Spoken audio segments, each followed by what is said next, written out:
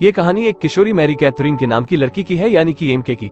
उस लड़की के सिकुड़ने और एक छोटे से वुडलैंड राज्य में टेलीपोर्ट होने के बाद स्लग फूलों के लोग और लीफमैन नामक छोटे सैनिकों से बसा हुआ है, लेकिन उन्हें नॉर्मल आंखों से देख पाना बहुत मुश्किल था और वो हम इंसानों से थोड़े तेज थे। वो अच्छाई और बुराई के बीच एक जंगली साहसिक कार्य में बह गई है और अपने नए दोस्तों के साथ उसकी रक्षा के लिए लड़ रही है, एक ऐसी दुनिया जिसे वो कभी नहीं जानती थी। तो चलिए ये कहानी की शुरुआत करते हैं।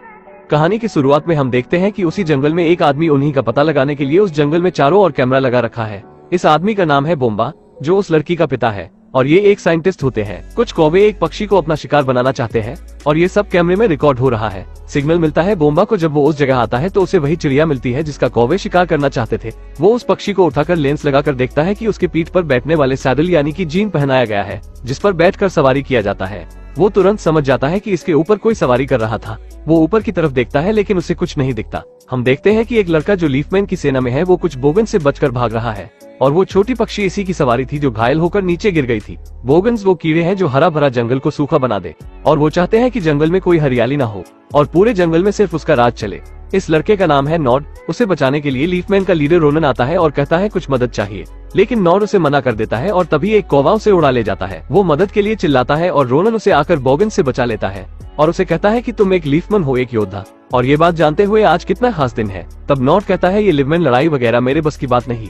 रोनन कहता है तुम समझते क्यों नहीं हो, तुम इसी के लिए ही बने हो और ये बात न जाने तुम कब साबित करोगे। और रोनन उसे ये भी कहता है कि तुम मोनवर वापस लौट जाओ, नहीं तुम्हारी छुट्टी हो जाएगी। और इसके बाद उसको ऐसे ही लटकता हुआ छोड़ के वहाँ से लीफमैन चले जाते हैं। उसके बाद हम एमके को देखते हैं जो जंगल में आई है अपने पिता को यहाँ से घर ले जाने के लिए, क्योंकि उसे ये लगता है उसके पिता की जिंदगी यहाँ इस जंगल में रह के बर्बाद हो रही है। और वो अंदर जाकर देखती है कि उसके पिता काम में इतने व्यस्त थे कि उनके घर में और उनके बगल में कोई खड़ा है, लेकिन उन्हें पता ही नहीं। वो आवाज देती है और उसके पिता उसे गले से लगा लेते हैं, क्योंकि एमके के बचपन में ही उसकी माँ उसे लेकर चली गई थी, जो बोम्बा उन लीफमैन का खोज कर रहा था जो उस जंगल में बसा हुआ है। वो कुदरत के बनाए गए बहुत छोटे इंसान थे और जंगल की ऐसी रानी जिसकी वजह से जंगल हमेशा हरा भरा रहता है। फिर बोम्बा को सिग्नल मिलता है और अपनी बेटी से बताता है कि आज का दिन बहुत खास है, क्योंकि आज पूनम की रात है जो 100 सालों में एक बार होता है।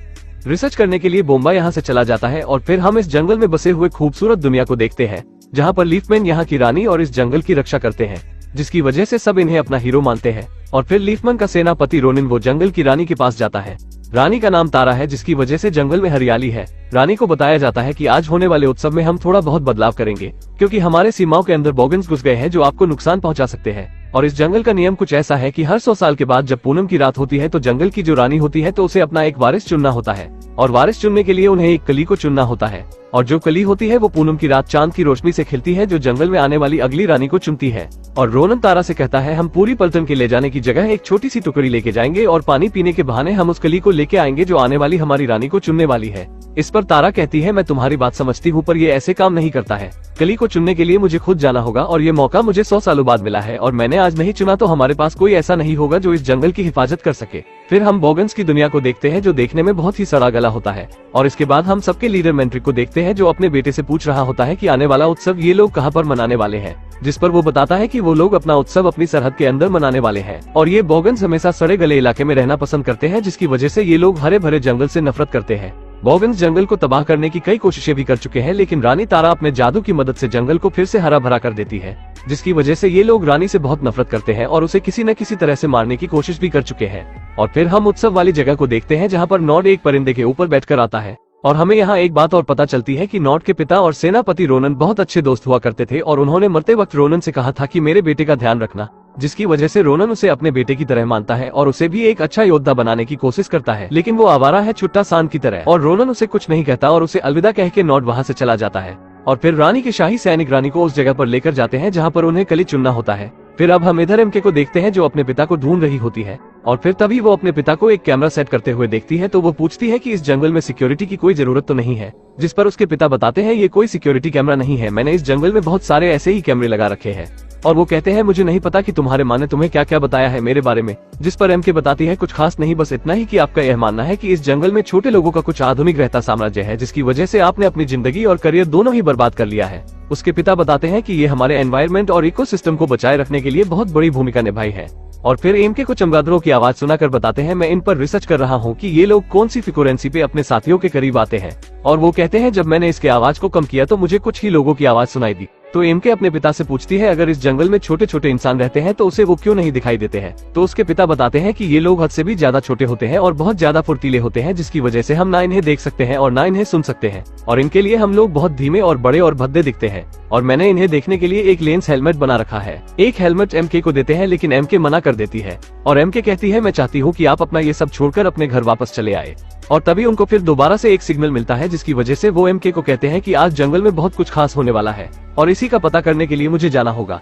एमके उन्हें रोकती है, लेकिन वो वहाँ से तहकीकात के लिए चले जाते हैं। एमके उदास होकर अपने पिता के लिए एक चिट्ठी लिखती है। उस चिट्ठी में लिखा था कि आपके पास मेरे लिए टाइम नहीं है, इसीलिए मैं यहाँ से जा रही हूँ। और जैसे ही वो घर से बाहर जाती है तो उनका कुत्ता जंगल की तरफ भाग जाता है। एमके उसके पीछे उसे ढूंढने के लिए चली जाती है। फिर इधर जंगल में रानी एक तालाब के पास होती है, जहां उन्हें किसी कली को चुनना होता है, और यहाँ हम मब और ग्रब को देखते हैं जो इस तालाब की रक्षा करते हैं। ग्रब एक लीफमैन सोल्जर बनना चाहता है, और जैसे ही रानी अपने कली को चुनती है तभी इन सब के ऊपर बॉगन्स हमला कर देते हैं, जिनसे बचने के लिए उनके सोल्जर अपना बेस्ट देते हैं रानी को बचाने के लिए। पर बॉगन्स की संख्या ज्यादा होने की वजह से रानी के सारे सैनिक हारने लगते हैं, जिसके बाद जंगल रानी को बचाने की कोशिश करता है, पर बॉगन्स उनका पीछा नहीं छोड़ते। उसके बाद रोनन अपने यूनियन चिड़िया माउंट पर बैठ कर आता है और रानी को उठा ले जाता है। इसके बाद मैंड्रेक जो बॉगन्स का लीडर है वो अपने बेटे के साथ रानी और रोनन पर हमला कर देता है। रोनन उसके बेटे को मार देता है, तभी मैंड्रेक वो रानी को भी मार देता है।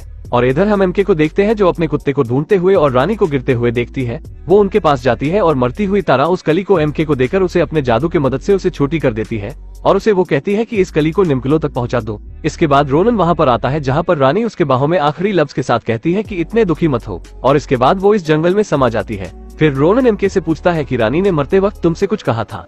एमके बताती है कि उन्होंने सिर्फ यही कहा था कि इस कली को निमकलो तक पहुंचा दो। नीलकलो किसी का नाम है और उसी के पास जाना होगा, वही इस कली को बचाने और इस्तेमाल करने का तरीका बताएगा। एमके को ये सब देखकर थोड़ा अजीब लग रहा था और घबराई भी हुई थी। उसके बाद उसको जब ये बात पता चलती है वो अपने साइज से बहुत ज्यादा छोटी हो चुकी है, तो रोनन से कहती है मुझे अब फिर से दोबारा बड़ा कर दो, मुझे यहाँ पर नहीं होना चाहिए था। और तभी वहाँ पर मब और ग्रब दोनों आ जाते हैं, जो रोनन से कहते हैं कि हम ही है जो इस कली को मुरझाने से बचाने के लिए और उसे हम नमी दे सकते हैं। ये बात सुनकर रोनन इन तीनों को अपने साथ लेकर जाता है और रोनन को ये बात पता चलती है कि जो नॉड उसने कुछ बाकियों क्रेचर और बग्स के खिलाफ पंछियों के रेस में हिस्सा लिया है, और नोड ने इस रेस से हारने के लिए एक बुफो नाम के एक कैस्टर के साथ एक सौदा किया था, और वो सौदा तोड़कर इस रेस से जीत लेता है। और इससे पहले कि बुफो और उसके दो गुंडे नोड को एक सांप को खिलाने की बात करते हैं, और तभी वहाँ रोनिन आ जाता है और उन्हें यहाँ से जाने का आदेश देता है, जिस पर वो आदेश सुनकर वहाँ से चले जाते हैं। और लापरवाह नॉड को रानी के मौत के बारे में बताया जाता है, तो वो भी दुखी हो जाता है और चारों के साथ जुड़ जाता है, इनके साथ चलने को तैयार हो जाता है। लेकिन बुफो इनकी सारी बात सुन लेता है और इधर एमके के पिता को एमके का लिखा हुआ चिट्ठी मिलता है, जिसे वो पढ़कर बहुत ज्यादा उदास हो जाते हैं।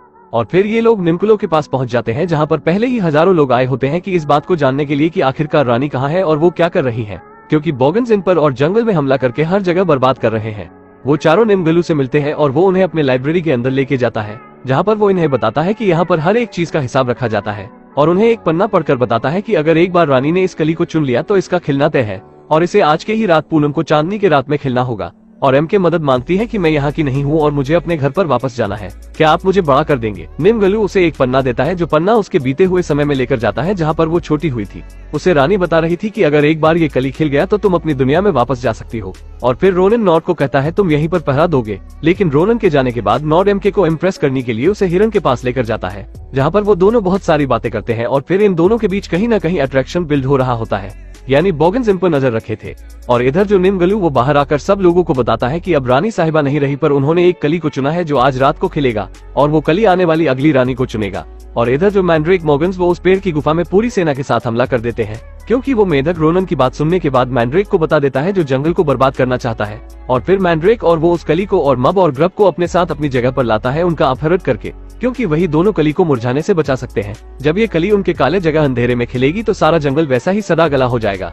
रोनन नोड पर गुस्सा होता है, क्योंकि उसने जाते वक्त नोड से कली का ध्यान रखने के लिए कहा था, और उसने उसकी बात नहीं सुनी और जंगल में मंगल कर रहा था। और अब रात भी हो चुकी है और चांद भी निकल चुका है, और इन लोगों के पास बहुत कम समय है उस कली को खिलाने के लिए। और फिर नॉट को एक आइडिया आता है और कहता है क्यों न हम बॉगन्स के जैसे भेस बदलकर उनके इलाके में चले और उस कली को वापस लाएं। लेकिन उनके पास ऐसा कोई भेस बदलने का सामान नहीं होता, पर एमके को पता होता है कि उसे ऐसा कवच कहाँ मिलेगा। उन्हें वो अपने घर पर लेकर जाती है, जहाँ पर ये एमके के पिता को देखकर रोनिन इन्हें बताता है कि ये बंदा एक नंबर का बेवकूफ है, क्योंकि उसे हम लोगों ने वही दिया जो हम इसे देना चाहते हैं। और इसके मैप में देखो, हम लोगों ने इसे हर जगह पर घुमाया, पर इसे कभी अपने इलाके पर नजर नहीं रखने दी। रोनिन और नोड वो दोनों ही मिलकर बोम्बा का मजाक उड़ाते हैं, जिस पर एमके बोलती है ये मेरे पिता है, जिसकी बातें सुनकर दोनों चुप हो जाते हैं। और एमके का 3 पैर वाला कुत्ता वो उन्हें देख लेता है और इनका पीछा करने लगता है, जिसका पीछा करने की वजह से उसके पिता भी उन्हें देख लेते हैं। फिर वो वैक्यूम क्लीन से एमके को उसके अंदर खींच लेते हैं और जब वो उसे देखते हैं तो उसे देखकर शॉक्ड हो जाते हैं और वहीं बेहोश हो जाते हैं। जिसके बाद एमके वो मून हैवक का सही जगह पर मार्क करके यहाँ से चली जाती है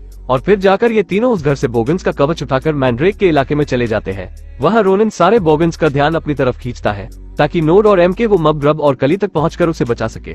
तभी मैंड्रेक की नजर उन पर पड़ जाती है और वो अपने सारे सिपाहियों को उन लोगों के पीछे छोड़ देता है और रोनिन वो अपने आप को उनके हवाले कर देता है ताकि ये लोग सही सलामत बाहर जा सके।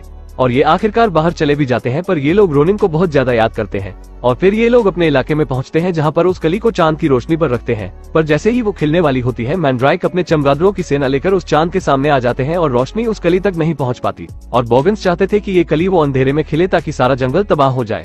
और तभी लीफमैन बोगन्स से लड़ने के लिए ऊपर जाते हैं और एमके अपने पिता के पास जाती है मदद के लिए। वो जंगल में लगाए गए कैमरे की मदद से उनसे बात करना चाहती है, लेकिन उसके पिता को भी लगने लगा था ये सब पागलपन है और इसी वजह से उसकी बीवी और बेटी दूर हो गई। वो रोते हुए कहता है अब मेरी बेटी भी मुझे छोटी दिखने लगी है और वो सभी चीजों को तोड़ने लगता है। लेकिन जब वो निक्से को खींचता है तो उसे दूसरी जगह पर पिन धसा हुआ मिलता है। वो समझ जाता है कि ये उसकी बेटी ने किया है उसे सही जगह तक पहुंचाने के लिए। वो दौड़ते हुए बाहर आता है और उसकी बेटी मिलती है। वो बताती है आप सही थे डैड और मुझे माफ कर दो। फिर वो चमगादड़ों को बुलाने वाली आवाज उनके फोन से बजाती है, जिससे सभी चमगादड़ उसके पीछे आते हैं और चांद की रोशनी उस कली पर पड़ती है तो वो पूरी तरह से खिलने लगता है। और रोनन भी आ जाता है उन बोगन्स को रोकने के लिए, लेकिन मैंड्रेक रोनन को मारने ही वाला होता है कि नॉड उसे बचा लेता है और कहता है ये अकेले नहीं है। फिर दोनों मिलकर मैंड्रेक को वहां से बाहर की ओर धक्का देते हैं, जिससे वो अपनी ही सड़ने वाली शक्तियों से पेड़ में समाकर मर जाता है। और वो कली पूरी तरह से खिलकर एक लड़की को चुनती है जो वो भी रानी की तरह बनना चाहती थी और जंगल की हिफाजत करना चाहती है। और वो लड़की रानी बनने के बाद एमके को वापस से ठीक करने की कोशिश करती है और उसे पहले जैसा बना देती है। अब दोनों बाप बेटी हमेशा के लिए उसी जंगल में रहने लगते हैं और लीफमैन से भी बातें करते हैं, हमेशा दोस्त बनकर रहते हैं हमारे और आपकी तरह। और यहीं पर ये मूवी खत्म होती है। अगर आपको ये कहानी अच्छी लगी हो तो लाइक करना मत भूलना, क्योंकि अगले संडे इससे अच्छी वीडियो आपको देखने को मिल सकती है। अगर आपको हॉलीवुड हॉरर और भयानक कहानी वाली मूवी देखना पसंद है तो कमेंट बॉक्स में थर्ड चैनल का लिंक दे दिया गया है, उसे सब्सक्राइब करिए। वीडियो बहुत जल्द आएगी।